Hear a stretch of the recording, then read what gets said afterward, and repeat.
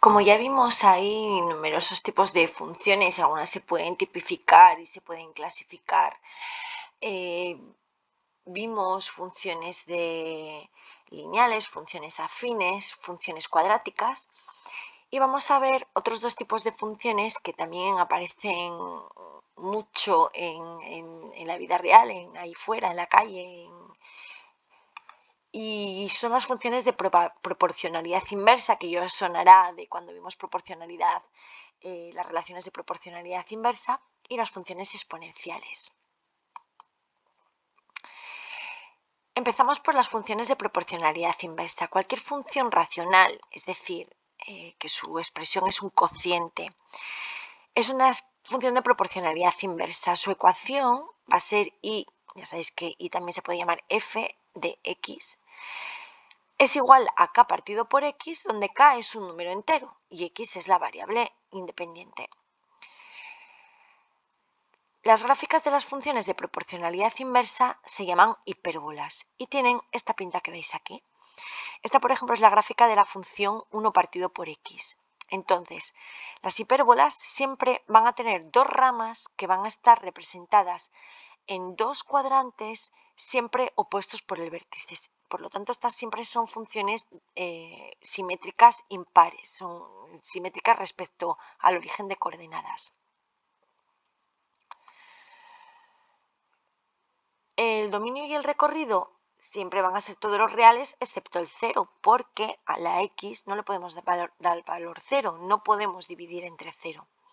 Como os decía, es una función siempre impar, porque es simétrica respecto al origen de coordenadas, y si k, este número que aquí está arriba, es positivo, la función va a ser decreciente y va a estar representada en el primer y en el tercer cuadrante, como le pasa a i igual a 1 partido por x. Pero si k, este valor de aquí del numerador, es negativo, la función va a ser creciente y va a estar representada en el segundo y en el cuarto cuadrante, como pasa con i igual a menos 2x. Si os dais cuenta, siempre son funciones discontinuas, porque yo no puedo dibujar las dos ramas sin levantar el lápiz del papel.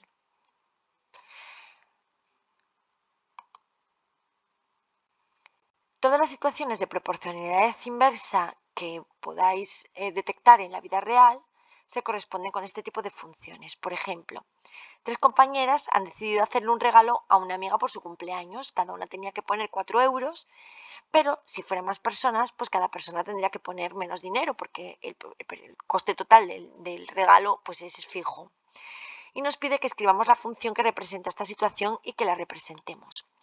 Entonces, aquí pues va dando una serie de valores, como el precio del regalo son 12 euros, estas son posibilidades. Si tres amigas tendrán que poner 4 euros cada una, si son 4, 3 euros, si son 6, 12, si son 12, 1.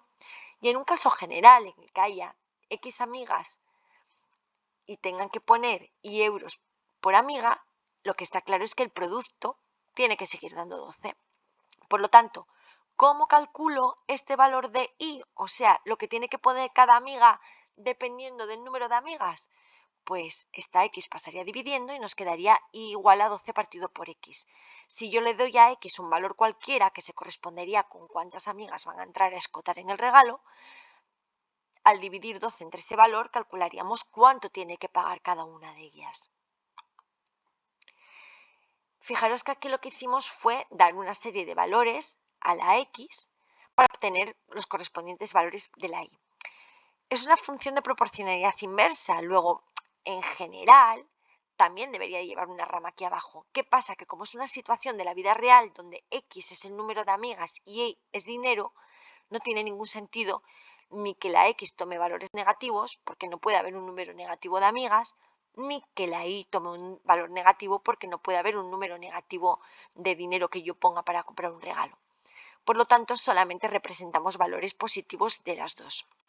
De todas maneras, si esto fuera una función sin más que no tuviera ningún contexto, pues aquí abajo debería haber otra rama simétrica respecto al origen de coordenadas con esta. Por otra parte están las funciones exponenciales, que últimamente habréis oído mucho hablar de ellas porque siempre se dice que los contagios del coronavirus, por ejemplo, se comportan de manera exponencial.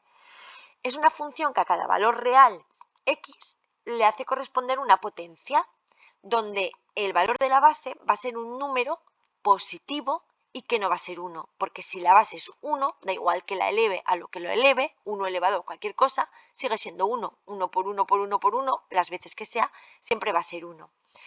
La expresión algebraica, por tanto, de este tipo de funciones es así, igual a un número elevado a x, y siempre van a tener esta pinta que veis aquí. Va a ser una función que a medida que me alejo hacia el menos infinito, cada vez se pega más al eje de las x, pero a medida que me voy alejando hasta el más infinito, va subiendo y cada vez la inclinación va siendo mayor. Aquí tenemos un ejemplo, la función 2 elevado a x, una tabla de valores, le dimos unos valores a x, los que quisimos, y calculamos los correspondientes valores de la función. Pues 2 elevado a menos 3 es un octavo. Acordaros que una potencia 2 elevado a menos 3 es lo mismo que 1 partido de 2 elevado a 3, ¿vale? Bueno, estos serían los correspondientes valores, los valores para la función, y si los representamos, daros cuenta que cuanto más me voy hacia la izquierda, este valor cada vez es más pequeño, ¿vale? En menos 1 vale un medio, pero en menos 2 vale un cuarto y en menos 3 vale un octavo. Nunca va a llegar a ser 0, pero cada vez se va a aproximar más a 0. Si la representamos, pues nos queda así. Aunque esto parezca que toca el eje de las x, nunca jamás lo va a tocar. Cada vez se va a acercar más y más y más y más y más, pero nunca lo va a tocar. Y siempre van a ser funciones que van a tener una apariencia similar a esta.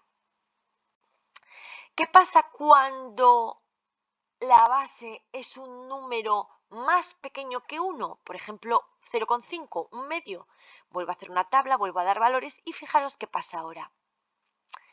Que la función se comporta justo al revés, es decir, en vez de ser creciente como pasaba cuando el valor de la base, en este caso era 2, o sea, un valor mayor que 1, pasa justo lo contrario.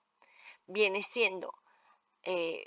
decreciendo, viene siendo un valor muy grande y cada vez se va aproximando más y más y más y más y más y más a 0, pero nunca va a llegar a atravesar el eje de las x. Por muy grande que le den valor a la x, esto nunca va a llegar a ser 0.